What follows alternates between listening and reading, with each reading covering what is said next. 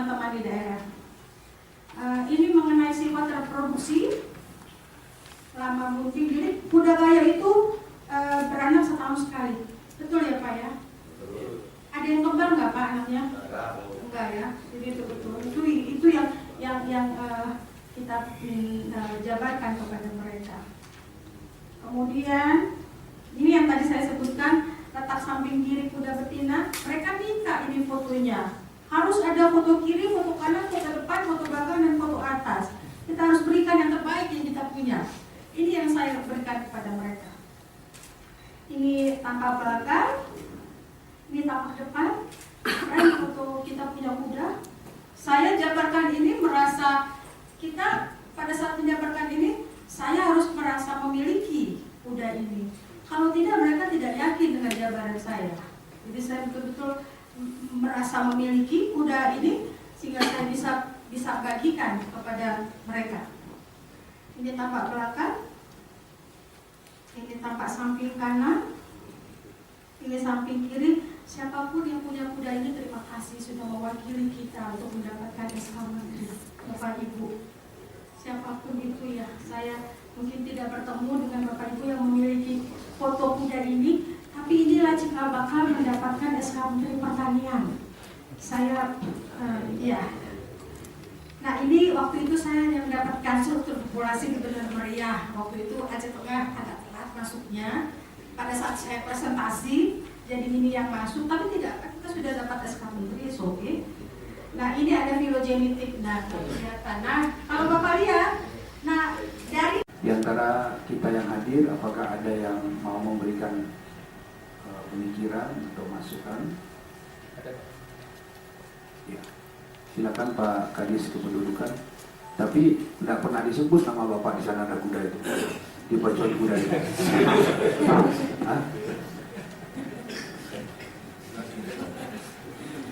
Nama saya Pak. Tidak pernah disebut di pojok kuda. Sering. Kadang-kadang yang tidak disebut itu dia terpendam Pak. Assalamualaikum warahmatullahi wabarakatuh. Yang kami hormati Bapak Bupati, Ibu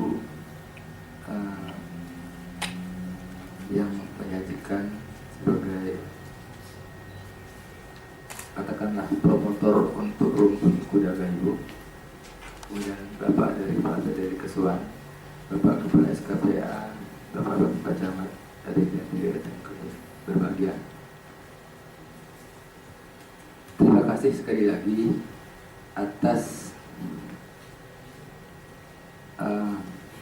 presentasi yang Ibu berikan sehingga terdapat pengakuan terhadap rumput kuda gayo. Pemikiran bagi kami Bapak Bupati, kalau Ibu juga tadi menyebut ada kuda Padang, sebenarnya dalam bahasa budaya dengan sebutan gumarang itu artinya adalah kuda yang berasal dari Padang, dari cerita-cerita legenda. Saya berpikir untuk kuda gayo, pertama tadi Ibu mengatakan bahwa ada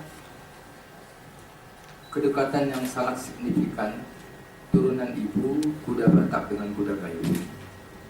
Saya ingin membantah dengan penemuan Ceruk Mendale yang selama ini bahwa orang gayo disebut berasal dari orang Batak, tetapi dengan penemuan Mendale bahwa orang gayo Batak itu yang berasal dari gayo.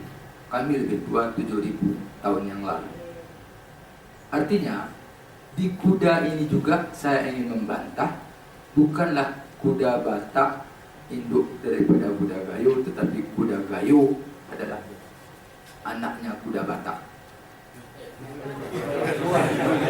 Sana yang keturunannya lebih rendah, itu yang saya maksudkan. Yang saya maksudkan di sana lebih rendah. Bukan kami yang kuda kami yang berasal dari Batak. Malah sebaran kuda gayo ini di samping yang Ibu sebutkan tadi, bukan saja ke Tarutung, ke Batak, tetapi sampai ke Sidikalang, Daili, dan ke Tanah Kayu. Itu yang kita jumpai di prestasi. Kaitan kuda dengan status sosial yang kental sekali kami ketahui dengan Bapak Bupati adalah di Kota Canik. semakin mampu orang tersebut menyewa kuda berapa untuk hantaran, bukan pengantin sebenarnya. Itu seserahan. Katakanlah pengantin ini ada bibi ataupun pamannya, merupakan kehormatan daripada paman atau bibi jika pada saat akan dilangsungkan pernikahan terlebih awal bibi atau paman ini mengantar calon pengantin ini ke orang tuanya sebelum dipestakan, diserahin dulu di rumah ini. Berapa kuda? Ada 20 kuda, 30 kuda, sesuai dengan status sosial yang bersangkutan.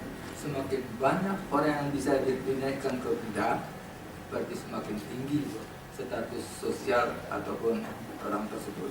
Nah, ini kaitannya. Kemudian, apa yang terpikir oleh saya Pak Bupati? Kalau bumarang berarti itu sudah dari Padang. Coba kita berpikir, apa arti gentala itu? Bukankah kalau itu tidak ada arti? Dengan sebutan gentala berarti itulah kuda gayo. Demikian, terima kasih. Assalamualaikum warahmatullahi wabarakatuh. Betul, saya tidak sebutkan ya Bapak Ibu, saya tidak sebutkan. Tetapi secara genetik bahwa kuda gayo memiliki hubungan turunan ibunya. Kita ada garis ibu, kita ada garis bapak. Yang saya bahas di sini adalah garis ibunya. Begitu. Jadi betul, mungkin itu kuda Batak yang diakui dunia. Jangan salah Bapak. Di buku-buku in English, dalam bahasa Inggris, itu puluhan tahun yang lalu, bisa dari 1874, cuma ada di situ kuda Batak dan ada disebut kuda gayo highlight yang letaknya di pegunungan. Tetapi yang lebih banyak mengeksplor itu kuda Batak. Nah, kalau tidak mulai sekarang dengan SK Menteri ini, kita mulai menapak kaki, saya rasa nanti hilang lagi. Mau kita akui bahwa kuda kayu kita ada, tapi kita tidak berbuat banyak, hilang nanti. Itu poinnya, Bapak. Ya, maaf Pak ya. Jadi maksud saya itu bukan kuda, posisi kuda kita itu bukan di bawah kuda Batak. Demikian jawaban saya, Pak.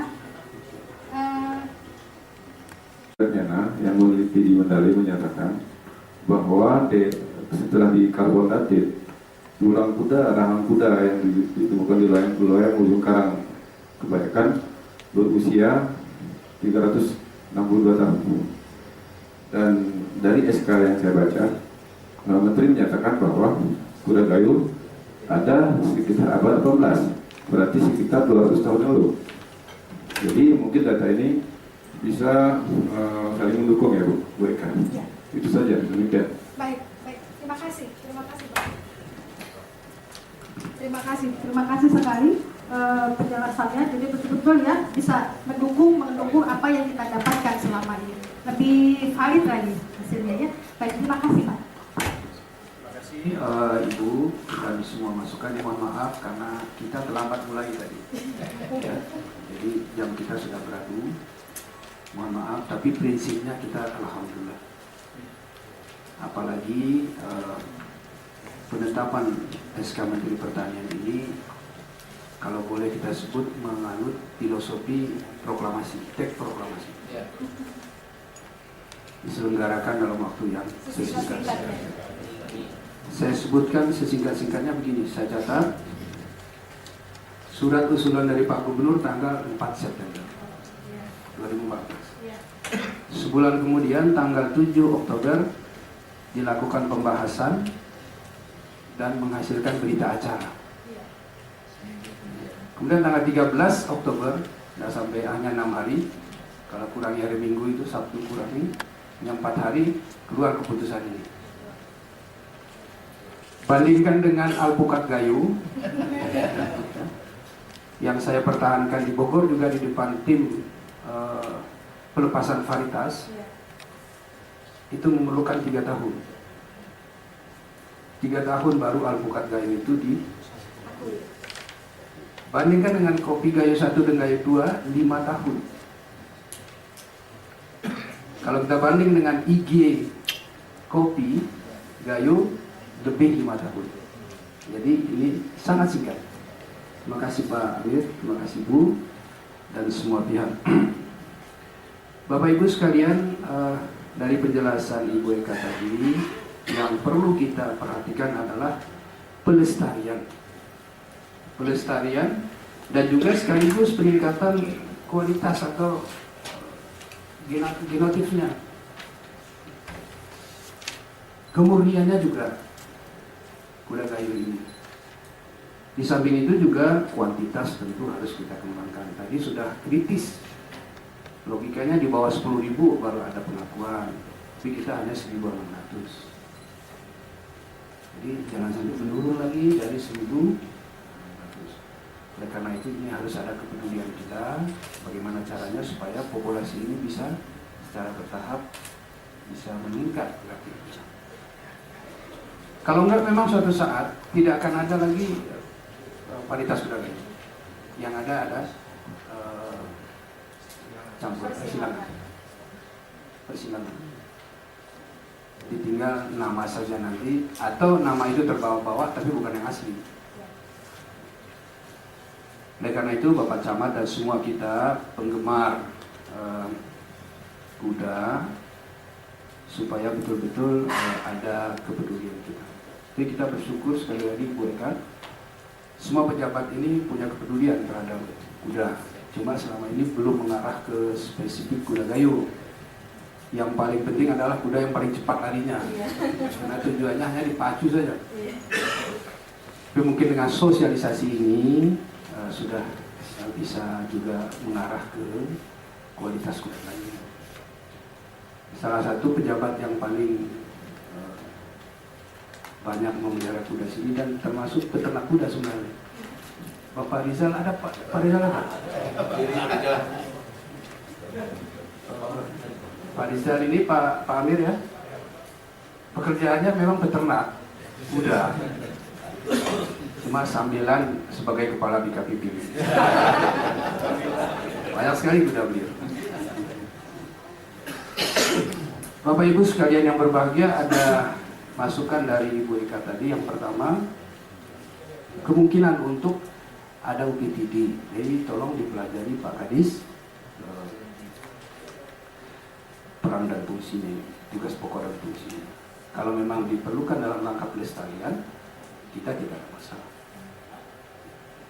Yang kedua adalah mengusulkan untuk penelitian pengesahan rumpun kerbau kayu. Kalau bisa 2015 ada Pak Kepala Bapeda, coba dipertimbangkan ini bersama Kadis. Karena di sini sebenarnya ternak besar yang spesifik itu adalah kerbau. Terakhir baru masuk sapi. Aslinya adalah kerbau. Karena kerbau juga berfungsi untuk mengolah tanah. Sekarang sedang kita proses juga, baru tahap awal, mudah-mudahan nanti bisa lebih cepat, adalah perlindungan masyarakat, perlindungan jeruk keprok gayo. Itu baru tahap awal. Mudah-mudahan sekali dengan kerbau ini bisa sekali jalan. Tujuannya adalah juga untuk melestarikan, karena memang komoditi itu sudah makin lama makin langka, terutama kalau jeruk ini adalah ada penyakitnya. Sekali lagi saya mohon maaf tidak sempat memberi waktu yang panjang karena kebetulan ada jadwal yang harus kita ikuti. Kepada Pak Amir, kepada Ibu Dr. Eka, dan juga kepada kita semua, saya ucapkan apresiasi dan terima kasih. Mudah-mudahan sosialisasi ini juga Bapak Camat bisa menyampaikan kepada masyarakat kita melalui reju-reju. Akhirnya atas segala kekurangan kami mohon maaf. Sebelum lupa Pak Amir, apakah ada kemungkinan untuk revisi SK ini dengan memasukkan Aceh Tenggara sebagai daerah sebaran kuda ini, revisi. Penyebaran? Ya, ini kan cuma 3 Bu ya. Penyebaran daripada kuda kayu ini hanya Aceh Tengah, Bandar Mulia, Kayu Luas. Kalau mungkin direvisi, ya, hanya menambah daerah sebaran kuda ini, satu kecamatan lagi, satu kabupaten lagi. Ya, tapi di dalam SK ini tidak masuk. Oh, ya kebetulan karena SK kemarin pengambilan sampelnya kan di 3 kabupaten. Ya. Jadi pada saat itu kan hanya berdasarkan data yang dari 3 kabupaten. Tetapi pada saat saya presentasi, saya sebutkan penyebarannya sampai ke Kota Cadeng. Iya. Mengenai perubahan mungkin Kalau dimungkinkan, kalau dimungkinkan, Ya, baik, kita kalau akan dimungkinkan, bicarakan, tapi tidak mengurangi makna daripada SK. Baik. Terima kasih, kita akhiri dengan ungkapan alhamdulillahirabbil alamin. Assalamualaikum warahmatullahi wabarakatuh.